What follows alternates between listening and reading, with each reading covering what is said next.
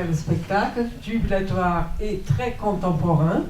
Je vous préviens, moi personnellement, je suis tombée amoureuse de la pièce à Avignon cet été. Et voilà, après, il y a ce débat avec le physicien et essayiste Hubert Krivine, qui a écrit ce livre extraordinaire, très pédagogue, La Terre, déni au savoir, donc vraiment au diapason avec la pièce, exactement la thématique. Et le sujet du débat, ce sera science et croyance, ou qui mène le monde.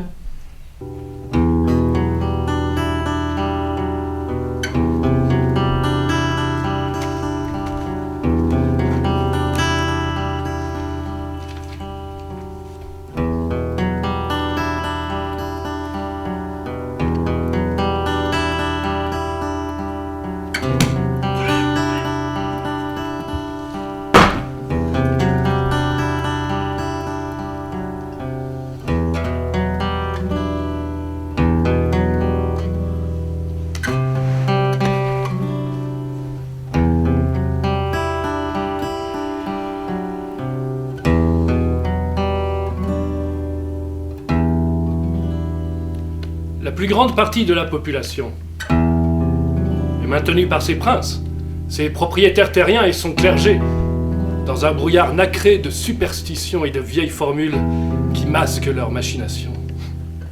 Durant 2000 ans, l'humanité a cru que le soleil et tous les corps célestes tournaient autour d'elle, et que les astres étaient fixés sur une voûte de cristal pour qu'ils ne puissent pas tomber. Mais aujourd'hui, tout bouge, et la Terre roule joyeusement autour du soleil. Et les poissonnières, les marchands, les princes, les cardinaux, et même le pape roulent avec elle. L'ancien temps est passé, voici un temps nouveau, chaque jour connaît sa découverte. Et là où la croyance était incrustée depuis 1000 ans, c'est là, c'est maintenant, que le doute s'incruste.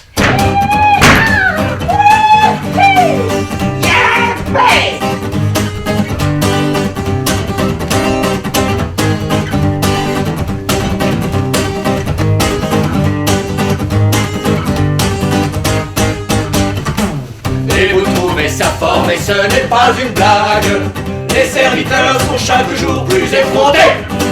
Mais il est vrai, il est bien rare et la main sur le cœur, qui n'a jamais rêvé d'être son propre maître et seigneur. Nous sommes en l'an de grâce 1609, en Italie. Galileo Galilei, professeur de mathématiques à Padoue, veut démontrer le nouveau système du monde de Copernic. La clarté du savoir jaillit d'un pauvre bouge. Galileo Galilei calcule à tout. Ce n'est pas le soleil, mais la terre qui bouge. Bonjour, monsieur Galilée. Andrea Sarti, le fils de la gouvernante de Galilée. Bonjour Andrea. Alors, ce que je t'ai expliqué hier, l'as-tu compris depuis? Quoi? L'histoire de Copernic avec la rotation? Oui. Non. C'est très difficile et je vais avoir seulement 11 ans en octobre. Ah, mais je veux justement que tu comprennes. C'est pour que tu comprennes et que le monde entier comprenne que je travaille, que j'achète des livres coûteux au lieu de payer le laitier. Mais enfin, je vois bien, moi, que le soleil, le soir, il s'arrête ailleurs que le matin. Avec ça, il ne peut pas être immobile. Jamais de la vie. Tu vois, mais qu'est-ce que tu vois? Tu écarquilles les yeux, c'est tout. Écarquiller les yeux n'est pas voir. Madame Sarti, la gouvernante de Galilée. Que faites-vous avec mon garçon, monsieur Galilée? Je lui apprends à voir. Ah oui. Laisse, mère, tu ne peux pas comprendre. Ah non, parce que toi, en revanche, tu le peux. Bon, il y a un jeune homme là-bas dehors qui vous attend. Il est très bien habillé avec une lettre de recommandation. Il désire des leçons. J'ai découvert que dans ce cas-là, si la Terre tournait ainsi, la nuit, je serais pendue la tête en bas. Et ça, c'est un fait. Non, donne-moi ça, ça c'est la terre. Alors, comment ça se fait que la nuit, je ne pende pas la tête en bas? Ça c'est la terre et ça, c'est toi. Et maintenant, la terre tourne. Et on pend la tête en bas. Ah bon, pourquoi? Regarde bien où est la tête là. Là, en bas. Mais comment ça en bas? Les pieds ne sont-ils pas en bas? Quand je tourne, tu te tiens peut-être comme ça? Non. Ah. Et pourquoi je ne m'aperçois pas de la rotation? Mais parce que tu tournes avec elle. Toi et l'air qui est au-dessus de toi et tout ce qu'il y a autour de la boule. Et pourquoi le soleil a l'air de bouger? Ah, alors, ça c'est la Terre et ça, c'est toi. Elle est sous tes pieds, elle ne bouge pas et pour toi, elle reste toujours la même. Maintenant, regarde au-dessus de ta tête. Qu'est-ce qu'il y a au-dessus de ta tête? La lampe. Oui, alors, si je tourne comme ça, qu'est-ce qui est au-dessus de ta tête et donc en haut? Le sol. Oui, la lampe alors. Un haut. En bas. En bas, Bonjour, monsieur. Ah, un jeune bourgeois, pédant, qui veut devenir l'élève de Galilée. Mon nom est Ludovico Marsili. On entre ici comme dans un moulin, bravo.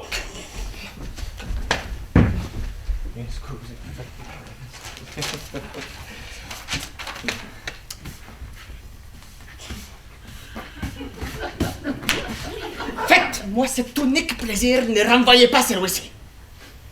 Je pense à la note du laitier. Bien. Leçon particulière, 10 écus par mois. Très bien, monsieur.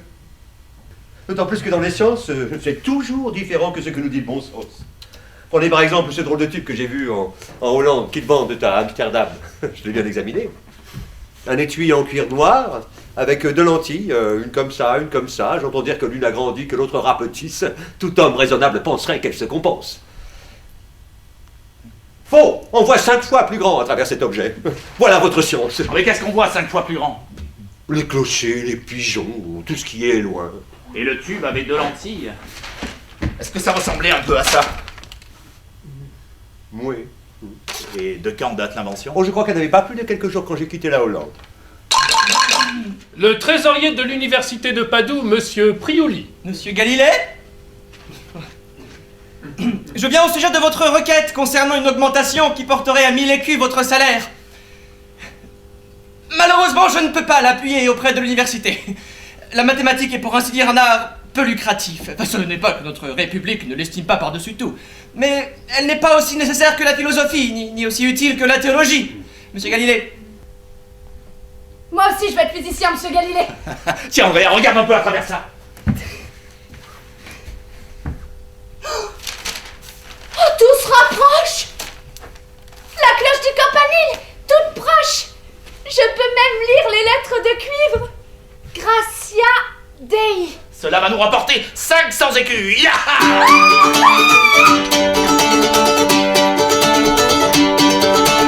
Ce que fait un grand homme n'est pas toujours très grand. Mais Galilée était gourmand. Voici, sans tambour ni trompette, la vérité sur la lunette. Le grand arsenal de Venise, près du port. Galilée remet à la République sa nouvelle invention.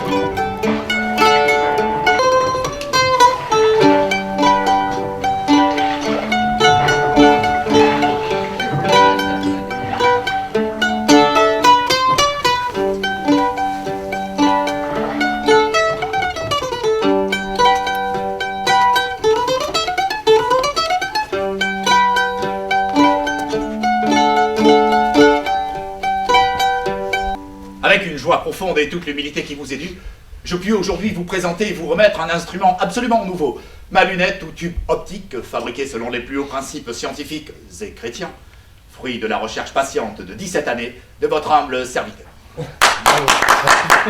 10 janvier 1610. Au moyen de la lunette, Galilée découvre dans le ciel des phénomènes qui confirment la théorie de Copernic. Alors, Copernic...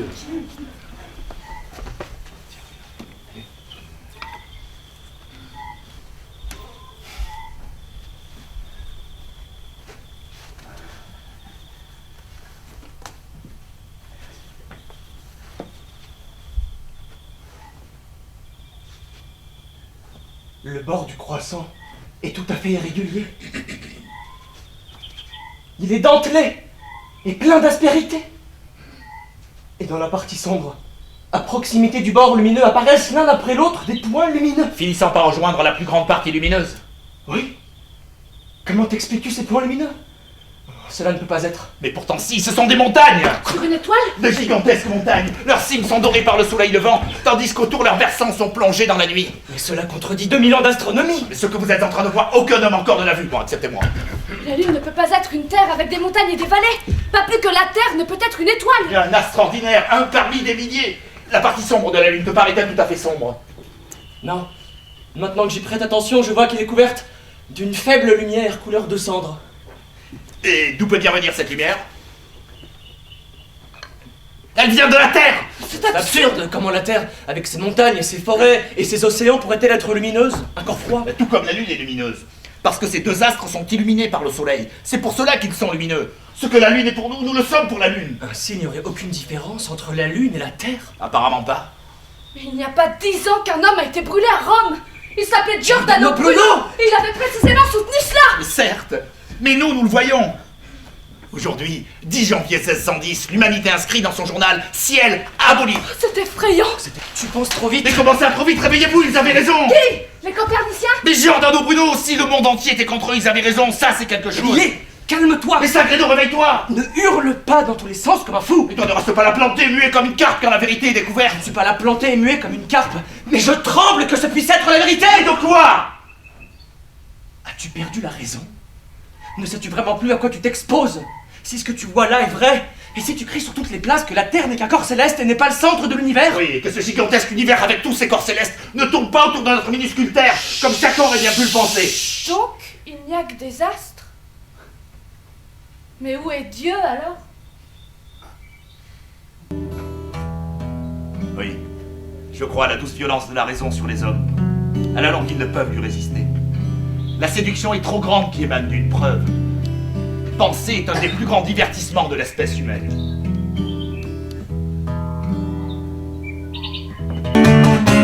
C'est la nuit du malheur, c'est nous le voit la vérité, et l'heure de l'aveuglement. C'est nous qui croient en la raison humaine, 10 janvier 1610, ciel aboli. Quand je t'ai vu à ta lunette, regardez ces nouvelles étoiles. J'ai cru te voir sur le bûcher. Et quand tu disais que tu croyais dans l'épreuve, J'ai humé l'odeur de la chair brûlée. J'aime la science, mais toi plus encore Galilée. Galiléo, Galiléo.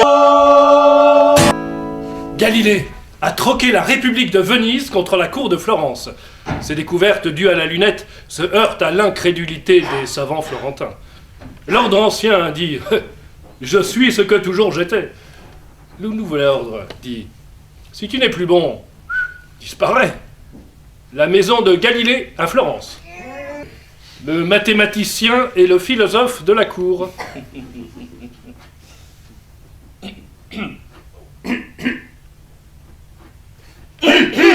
Ah, mes chers collègues, vous n'êtes pas sans savoir que nous autres astronomes avons rencontré depuis un certain temps de grandes difficultés dans nos calculs.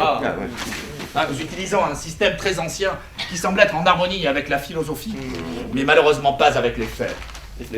Quel fait? Bien enfin, dans cet ancien système, le système de Ptolémée. Les mouvements sont très compliqués. La planète Vénus fera un mouvement de cette sorte.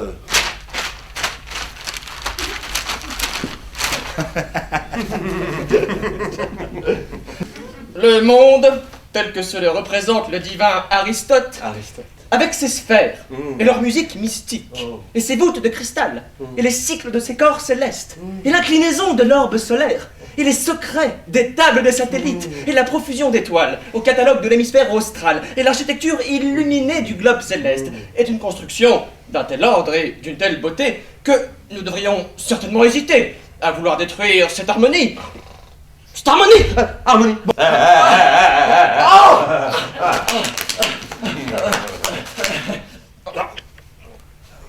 Mais regardez enfin! Si l'on était sûr de ne pas vous mettre davantage en colère, on pourrait dire ceci. Ce qu'il y a dans votre lunette et ce qu'il y a dans le ciel peuvent être deux choses distinctes. On ne saurait exprimer cela plus poliment. Vous m'accusez d'escroquerie? Oh! Mais comment le pourrions-nous?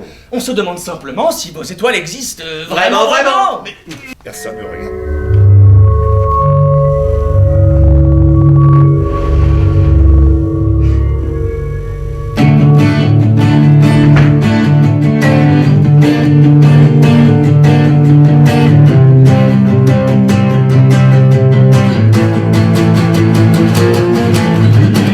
Fais regarder dans ta lunette.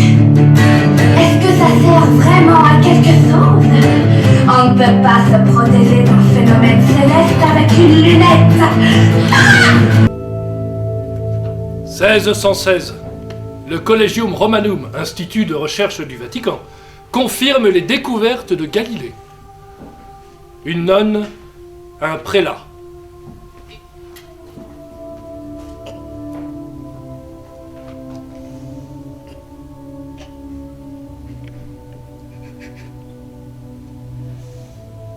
Que le diable existe, on en doute. Mais que la terre roule comme une bille dans le ruisseau, ça on le croit. J'ai le vertige. La terre tourne trop vite. Permettez que je me retienne à vous, mon père. Un scandale! Un très vieux cardinal.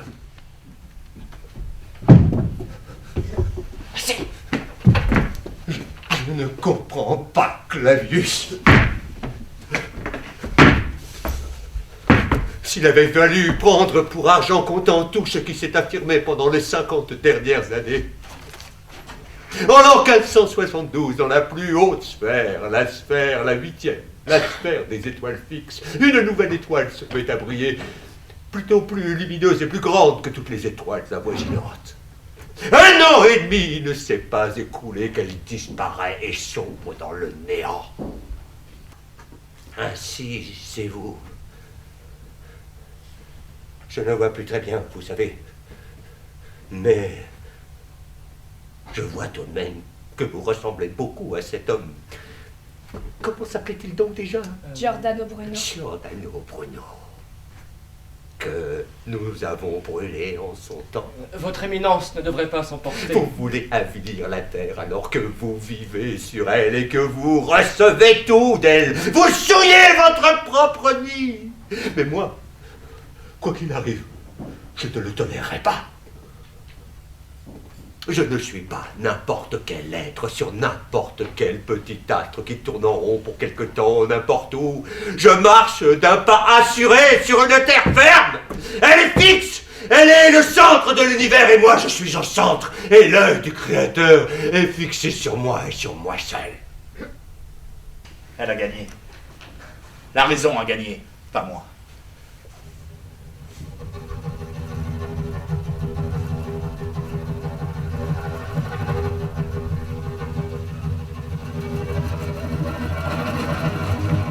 Monsieur Galilée, le Saint-Office a décrété cette nuit que la théorie de Copernic, selon laquelle le Soleil est au centre du monde, est immobile, alors que la Terre n'est pas au centre et se meut, est folle, absurde, hérétique au regard de la foi.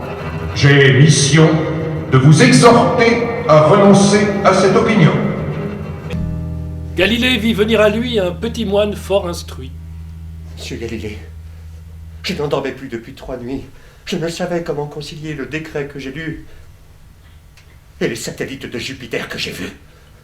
J'ai donc décidé de dire la messe ce matin tôt et de venir vous voir. Pour me faire savoir que Jupiter n'a pas de satellite?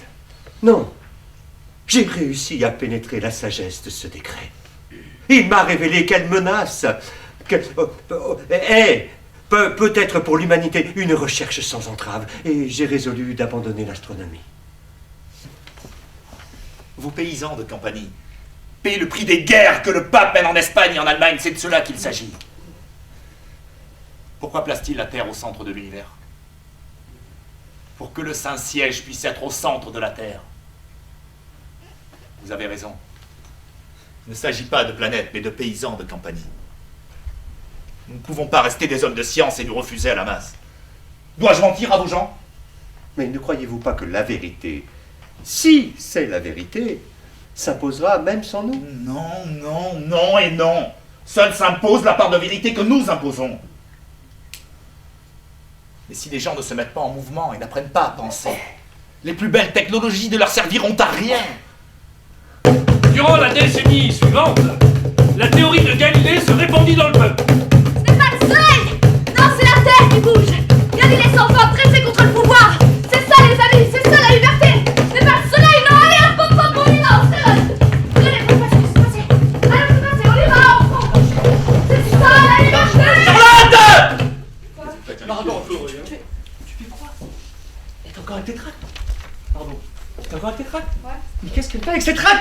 Non, mais... On a parlé hier ou pas? Oui, mais c'est à la fin. On a parlé hier ou pas? Oui, mais à la fin. Ça ne sert à rien de tracter, Charlotte! 22 juin 1633. Monsieur Galilée, j'ai mission de vous informer que la cour de Florence n'est plus en mesure d'opposer la moindre résistance au désir de la Sainte Inquisition, qui est de vous interroger à Rome. Moi, Galileo Galilei, professeur de mathématiques et de physique à Florence, j'abjure. Non! Je rejette. Je renie tout ce que j'ai enseigné. À savoir que le soleil est immobile et au centre du monde. Et que la Terre n'est pas immobile et n'est pas le centre du monde. 1633-1642. Galilée, presque aveugle, vit dans une maison de campagne, prisonnier de l'Inquisition jusqu'à sa mort.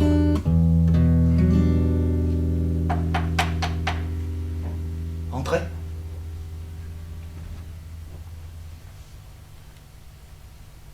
Bonsoir. Andrea.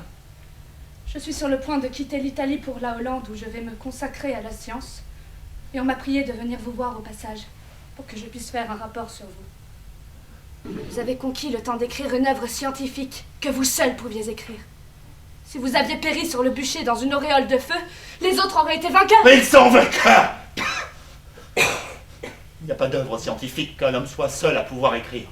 Pourquoi vous êtes-vous alors rétracté?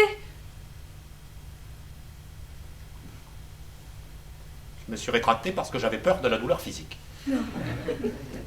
On m'a montré les instruments de torture. Ce n'était donc pas une ruse? Ça ne l'était pas. Bienvenue dans le ruisseau, frère par la science et cousin par trahison. La peur de la mort est humaine. Les faiblesses humaines ne regardent pas la science. Ah bon? Moi, je soutiens que le but ultime de la science consiste à soulager les peines de l'existence humaine. J'ai trahi ma profession. Un homme qui a fait ce que j'ai fait ne peut être admis dans la communauté des hommes de science. Vous êtes admis dans la communauté des croyants. Comment est la nuit?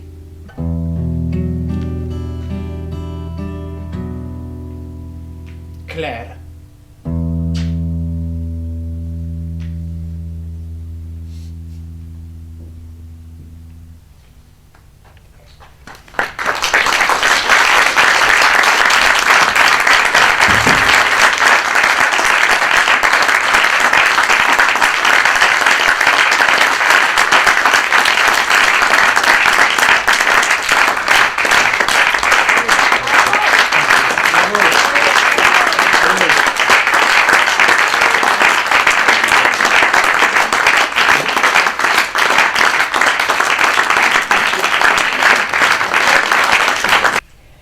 Alors, je vous invite à vos réactions et d'abord Hubert Krivine à peut-être faire peut-être un condensé de votre livre, je ne sais pas si c'est possible, en tout cas présenter ce que vous avez voulu dire avec la terre des mythes au savoir, que je trouve extrêmement pédagogique et clair, et qui était vraiment en liaison directe avec cette pièce de Graham Christ. Je pense qu'au-delà de la physique, il y a quand même des questions philosophiques et scientifiques qui sont... Moi, je vais vous dire, en lisant ce livre, je vois que Hubert Krivine se bat pour une chose pour laquelle je crois que nous sommes tous ici réunis, y compris avec les comédiens et le metteur en scène. D'ailleurs, j'ai oublié de nommer son nom, Christophe Lutreja. Je ne sais pas s'il est dans la salle ou s'il est ailleurs. Je ne sais pas. C'est Christophe Lutreja, je ne connais pas. Bienvenue à vous. Donc, ce qu'il défend, c'est que la culture et la science soient mêlées. C'est-à-dire que la science est un droit d'entrée dans la culture, qu'il ne soit pas mis à part, mais que finalement tout ça est un tout de la pensée humaine. Et la deuxième chose qu'il défend, c'est la vérité scientifique. Que cette vérité scientifique soit supérieur aux croyances, forcément, et du moment qu'on peut, avec des instruments, avec la technique, avec des calculs, avec les mathématiques et autres formules scientifiques, qu'on peut prouver que quelque chose est vrai, à ce moment-là, que ce soit supérieur et non pas une opinion ou une croyance parmi d'autres ou une culture parmi d'autres. Bon, je sais pourquoi les organisateurs de ce spectacle m'ont invité. C'est parce qu'ils vous ont présenté quelque chose de très talentueux et très drôle. Ils ont pensé que dans la vie, il faut des changements. Alors on a pensé à inviter un physicien pour avoir quelque chose de complètement différent. Comptez sur moi pour vous faire quelque chose qui soit ni talentueux ni drôle. Je vais vous faire un peu de physique, mais pas trop, hein, n'ayez pas peur. Alors dans un premier temps, si vous voulez, je vais vous parler un petit peu de Galilée. On va rester sur le sujet lui-même. Et puis dans un deuxième temps, je vais vous parler de théologie. C'est une chose très importante, et comme il y a beaucoup de mécréants ici, je crois qu'il y a certains rappels salutaires qu'il faut faire. Alors, d'abord, il y a énormément de légendes sur Galilée. Hein. On a dit qu'il avait démontré que la Terre n'était pas plate. C'est idiot. À l'époque de Galilée, tout le monde savait, enfin tous les gens cultivés savaient que la Terre était ronde, puisque le grand Aristote avait déjà démontré qu'elle était ronde. On a souvent décrit Galilée aussi comme un génie incompris, inconnu, etc. C'est complètement faux. La pièce le montre très bien. Galilée était considéré comme un très grand mathématicien à son époque. Il y a beaucoup de chercheurs aujourd'hui qui trouvent des choses qui sont complètement fausses et qui se comparent facilement à Galilée. Rien que ça ne marche pas. Et puis, il y a une autre rumeur qui est répandue, et qui est fausse également, comme beaucoup de rumeurs, à savoir que l'Église avait réhabilité Galilée. Ça, c'est pas vrai du tout. Enfin, si vous voulez, dans ce mensonge-là, il y a des vérités, et je vais me faire un peu l'avocat du diable. Galilée explique bien dans la pièce qu'il cherche une démonstration du mouvement de la Terre, qu'il ne l'a pas trouvée. En fait, il pensait en avoir trouvé une. Il a donné comme explication les marées. Je ne vais pas vous expliquer l'explication de Galilée, elle est fausse à 100%. Donc, si vous voulez, l'explication fondamentale du mouvement de la Terre par Galilée était fausse. Et ça a permis à l'Église de dire que les torts étaient partagés. Hein, puisque l'argumentation de Galilée, et là il y a une hypocrisie énorme là-dessus. Pourquoi? Parce que si à l'époque l'Inquisition avait reproché à Galilée d'avoir fait une faute de calcul, ça se saurait. D'abord, on ne menace pas du bûcher quelqu'un pour une faute de calcul, mais en plus, l'Église y a cru aux démonstrations de Galilée. Et le seul argument qui a été utilisé dans la condamnation de Galilée, qui est très longue, qui fait une quinzaine de pages, que j'ai lu très soigneusement, le seul argument, c'est que ce que dit Galilée contrevint les saintes écritures et l'interprétation par les saints pères. À aucun moment on dit que c'est faux. L'Église va se précipiter là-dessus pour dire, après tout, on peut accepter l'hypothèse de M. Galilée comme une hypothèse d'école. Une hypothèse d'école, et Bellarmine va dire exactement ceci. On peut affirmer que si on suppose que la Terre se meut, alors on sauve les apparences mieux qu'en supposant qu'elle est immobile. Vous voyez, c'est pas si fou que ça. Mais on ne peut affirmer que la Terre est réellement mobile autour du Soleil. Cela risque non seulement d'irriter tous les philosophes et tous les théologiens scolastiques, mais encore de nuire à la foi et de rendre fausse la Sainte Écriture. En fait, Galilée n'a pas démontré que la Terre était mobile. Il a accumulé une masse d'éléments rendant vraisemblable qu'elle l'était, mais il ne pouvait pas faire cette démonstration, et cette démonstration, on ne pourra la faire que plus tard. Par exemple, un des arguments importants contre la mobilité de la Terre est le suivant. Si la Terre tourne autour du Soleil en un an, en 6 mois, le ciel doit être un peu différent. Vous voyez, si la Terre est ici, le Soleil est ici, il ne bougerait pas, la Terre est là, 6 mois après, la Terre est là. Mais quand vous regardez le ciel, vous ne voyez pas tout à fait la même chose. C'est ce qui s'appelle la parallaxe. Or, les observations des astronomes disent qu'on voit strictement la même chose. Si on voit strictement la même chose, c'est que la Terre ne bouge pas. Vous voyez, c'était un argument très fort. Qu'est-ce qu'a répondu Galilée? Il a dit oui, mais c'est parce que les étoiles sont si loin, si loin, si loin que c'est imperceptible. Il avait raison, mais il ne pouvait pas le démontrer. Et s'il faudra attendre 200 ans pour qu'un monsieur qui s'appelle Bessel fasse la démonstration qu'il y a un tout petit changement dans le ciel, mais un tout petit changement, il a dû pour ça calculer des angles qui sont aussi gros, si j'ose dire, qu'une allumette vue à 20 km. Donc c'est une mesure extraordinairement difficile, mais qui a donné ce résultat. De la même façon, sur la rotation de la Terre sur elle-même, Galilée, je vous ai dit, a donné une démonstration avec les marées qui est fausse. Si ça vous intéresse, je vous la donnerai, mais elle est grossièrement fausse. C'est un peu étonnant de la part de Galilée. Mais on a pu faire cette démonstration beaucoup plus tard, aussi 200 ans plus tard, avec le pendule de Foucault, où il y a effectivement une démonstration du mouvement de la Terre. C'est qu'à l'époque de Galilée, l'Église considérait Galilée comme un grand mathématicien, mais comme un très mauvais théologien.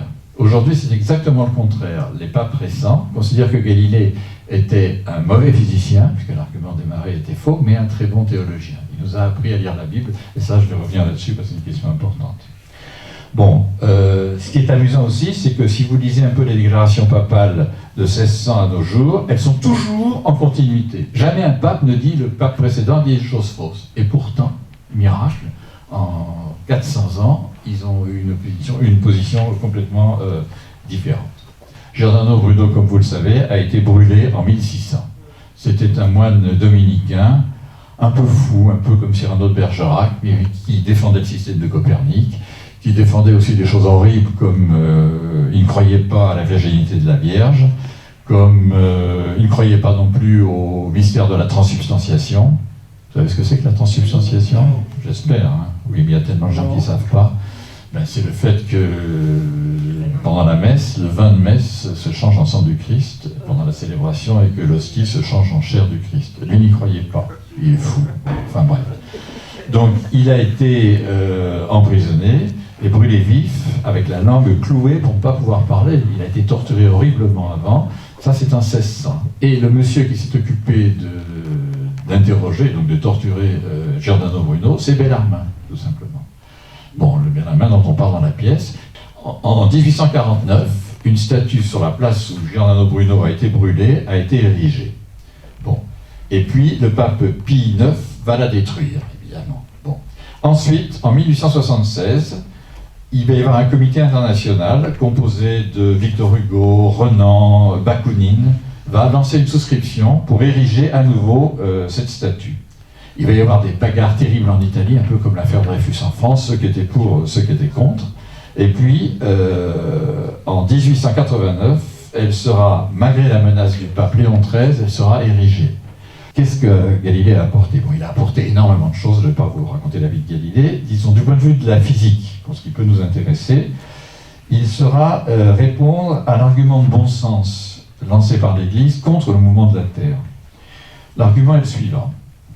Si, comme les hérétiques le soutiennent, la Terre tourne sur elle-même en 24 heures, comme on connaissait à l'époque très bien le rayon de la Terre, hein, de l'ordre de 6000 km, vous voyez, la circonférence de la Terre, c'est 2 pierres. Vous avez peur d'un cours de physique. Hein. Donc la circonférence de la Terre, c'est 2 pierres, c'est donc 2 pi fois 6000 km. 2 pi fois 6000 km en 24 heures, ça vous dit combien de mètres par seconde ça fait. Donc ça va très très vite. Et on peut montrer que si vous prenez un objet quelconque, que vous le jetez, par exemple cette clé, si elle met 2 secondes à monter et à descendre, pendant ce temps-là, la Terre a fait 900 mètres. Et si elle tournait, elle aurait fait 900 mètres. Comme la clé retombe à peu près, pas dans mon expérience, mais enfin celle-là retombe exactement à la verticale, et bien ça prouve que la Terre n'a pas tourné. On va faire un test, j'interroge personne, bien sûr, je ne suis pas prof, mais est-ce qu'il y a des gens ici qui savent répondre proprement à cet argument-là? La preuve qu'il ne tourne pas, c'est que ça tombe, vous voyez? C'est un argument très fort. Tout bouge en même temps. Oui, on peut dire ça, tout bouge en même temps, alors que l'explication de Galilée est un petit peu plus précise. Il dit que quand on fait tomber une pierre du haut d'un mât d'un voilier en mouvement, la pierre tombe en bas du mât. Par contre, si, quand le navire passe à côté d'un quai et qu'un monsieur immobile sur le quai laisse tomber la pierre du haut du mât, à ce moment-là, elle tombera en arrière. Donc c'est pas la même chose.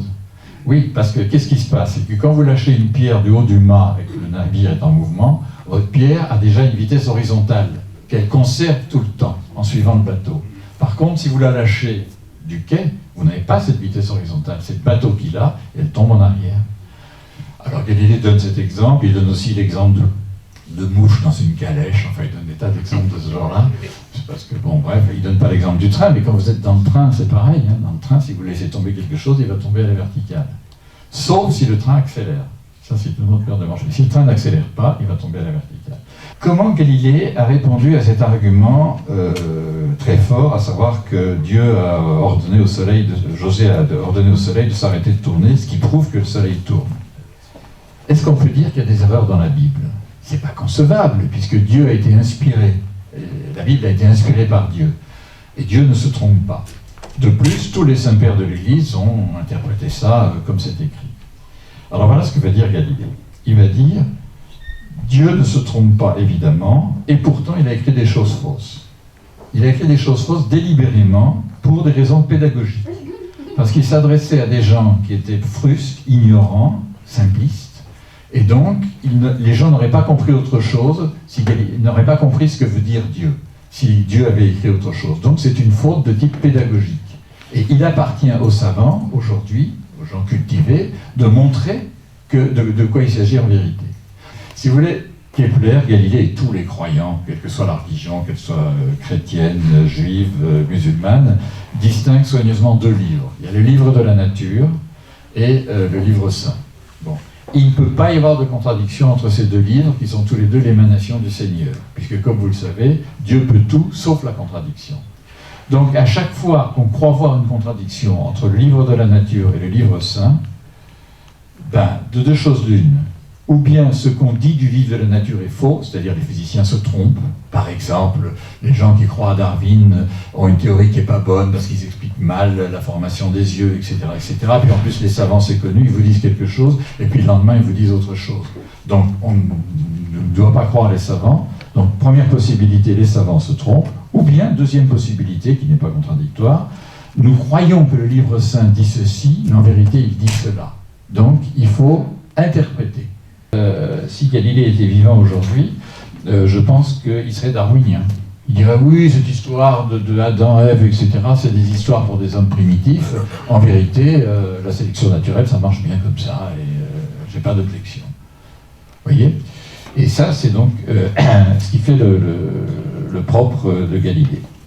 Dans toutes les religions, vous avez au sommet des gens extrêmement sophistiqués, qui vous disent qu'il ne faut pas prendre la religion au pied de la lettre, qu'il ne faut pas être littéraliste, qu'il faut interpréter, etc., etc.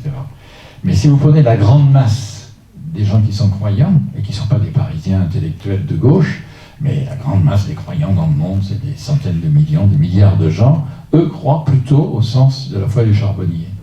Et vous passez continuellement de cette foi du charbonnier, de la grande masse des croyants, à cette petite élite qui a une très sophistiquée, si vous voulez, qui vous dit oui, bon, bien sûr, la Terre, etc., etc. Mais si vous voulez, sans la grande masse des croyants, cette petite élite sophistiquée n'aurait aucune importance. Elle n'existerait même plus très longtemps. Parce que pour la grande masse des croyants, Dieu est nécessaire parce qu'il est utile. Il permet de bonnes récoltes, il permet la guérison des malades, s'il ne la permet pas, il permet le salut éternel, etc., etc. Supprimer l'intérêt de Dieu, comme le propose le clergé d'un haut niveau intellectuel, alors la religion n'aura plus aucun intérêt, et il n'y aura plus la masse de gens qui sont croyants. En fait, il n'a pas prouvé que la Terre tournait, c'est ça cette affaire. C'est qui est-ce qui a démontré que la Terre tournait? Parce que Galilée a juste, c'est ça, c'est la question, on dit Galilée a démontré que la Terre tourne, ce qui est un mythe aussi, parce qu'il a démontré que l'ancien système était absurde, ne pouvait pas tenir, mais qui est-ce qui a démontré que la Terre tournait? Jusqu'au pendule de Foucault, entre-temps, pourquoi les gens se sont mis à croire que la Terre tournait? Il n'y avait aucune preuve, en fait. Quand tu es dans un train en mouvement et que tu joues à la belote avec trois amis, tu peux très bien dire que le train ne bouge pas et que c'est le paysage qui défile. Quand ton train démarre, si tu veux, tu peux dire « nous ne bougeons pas » et les gens du quai se déplacent, la gare se déplace, il y a beaucoup de choses qui se déplacent, etc. Bon, tu peux toujours le dire, mais c'est quand même assez convaincant de dire « le train bouge », à ce moment-là, tout s'éclaire. Les gens sur le quai ne bougent pas, le beffroi de la gare ne bouge pas, etc., etc. Je pourrais te multiplier les exemples où, à chaque fois, vu que le mouvement est relatif, on peut toujours dire, ça dépend où tu prends tes axes de coordonnées, on peut toujours dire, ça bouge pas par définition parce que je prends mes axes de coordonnées ici, mais tout devient d'une complexité atroce. Et le système de Ptolémée, qui mettait la Terre au centre et les étoiles, et le Soleil qui tournait autour, n'est pas un système qui est moins précis que le système de Copernic. Ça, c'est pas vrai. Ils sont aussi précis l'un et l'autre, en fait. Mais l'un est atrocement compliqué, l'autre est quand même assez compliqué quand on rentre un peu dans les détails, mais il est quand même génériquement d'une simplicité, si j'ose dire, biblique. Et ça, c'est assez fascinant. En très peu de mots, on arrive à décrire ce qui se passe dans le monde. Alors, ceci dit, maintenant, il faut distinguer la cinématique, c'est-à-dire le mouvement, qui est toujours relatif, des faits qui sont dynamiques. Et le pendule de Foucault, par exemple, c'est quelque chose de dynamique.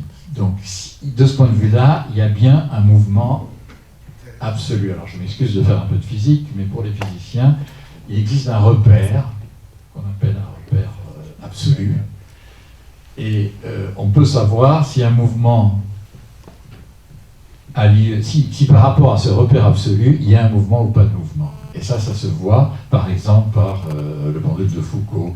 Un exemple que vous pouvez comprendre facilement, c'est la force centrifuge, par exemple. La force centrifuge, vous la sentez bien.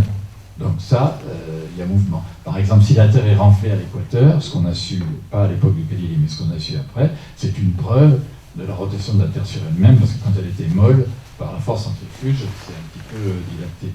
Maintenant que la science est libre et n'est plus prisonnière de la volonté religieuse, pourquoi continuez-vous ce combat contre la religion? Est-ce une vengeance? Bon, d'abord, je ne suis pas sûr que... Bon, en France, je suis certain qu'on peut enseigner que le soleil est fixe et que la Terre tourne autour sans aucun problème. Je ne suis pas sûr que ce soit vrai partout dans tous les pays du monde, premièrement.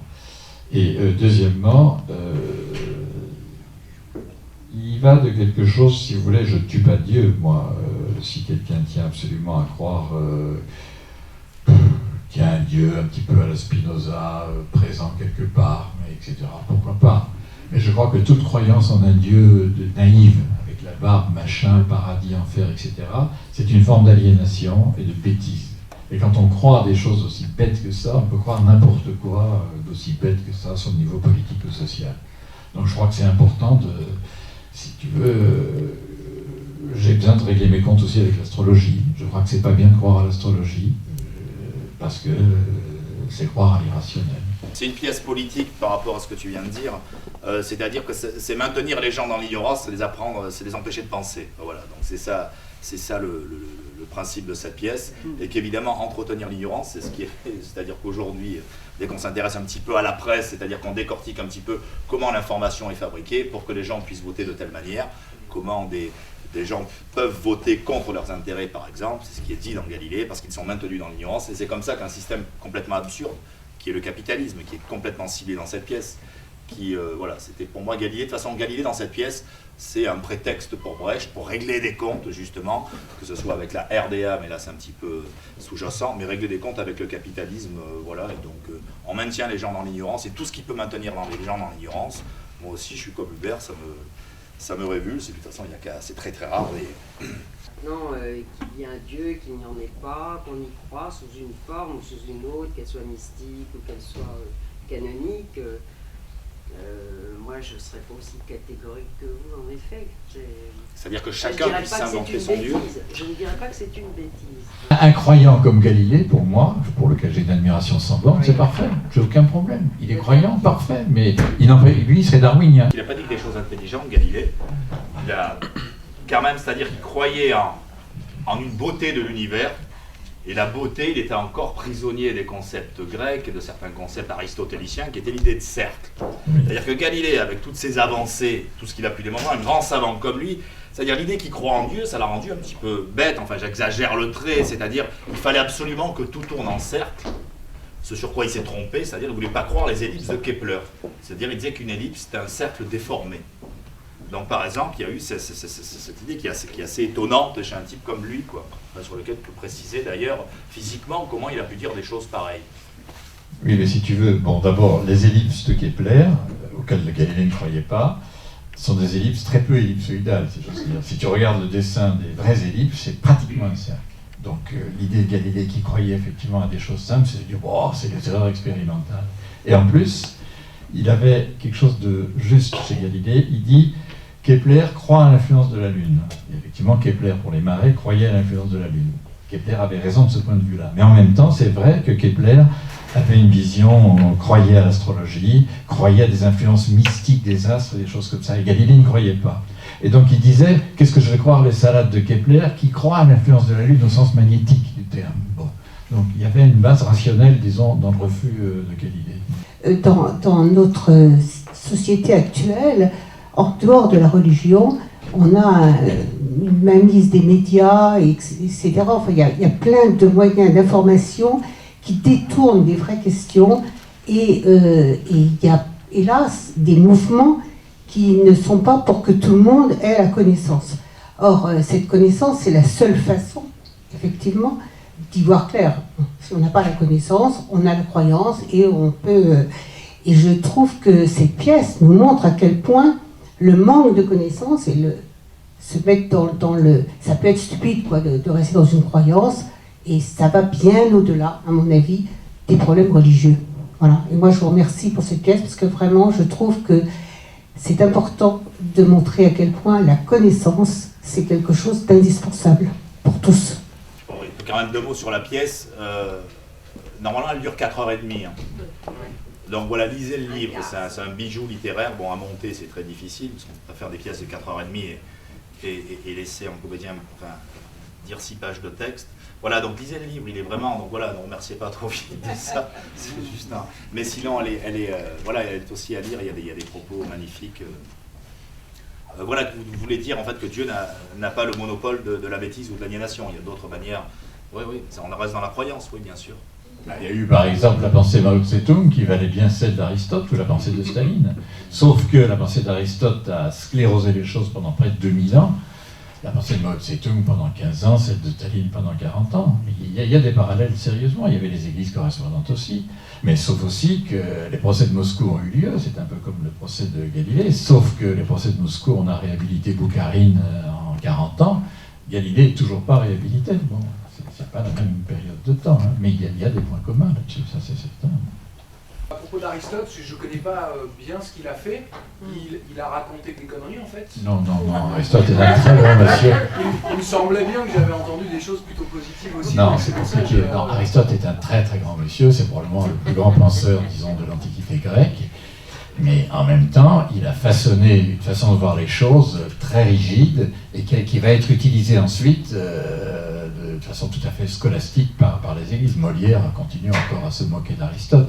Mais si tu veux, bon, le parallèle vaut ce qu'il vaut, mais Staline va utiliser Marx. Bon, l'Église va utiliser Aristote. Si Staline a pu utiliser Marx, c'est que quand même il y avait dans Marx des choses. Enfin, c'est pas tout à fait anodin, il n'a pas pris n'importe qui. Aristote n'est pas n'importe qui. Mais la physique d'Aristote, bon, pour son époque, c'est pas mal, disons, mais c'est quand même la physique du bon sens. Hein. La chute des corps, bon, bah, les corps, si tu les lâches, ils rejoignent vers le bas leur position naturelle. C'est un peu léger, hein, etc., etc. Ce que j'aimerais savoir, c'est que donc l'homme qui cherche un sens à sa vie, qui cherche à donner un sens à sa vie, qui recherche un but, qu'est-ce que la science peut lui offrir? Voilà.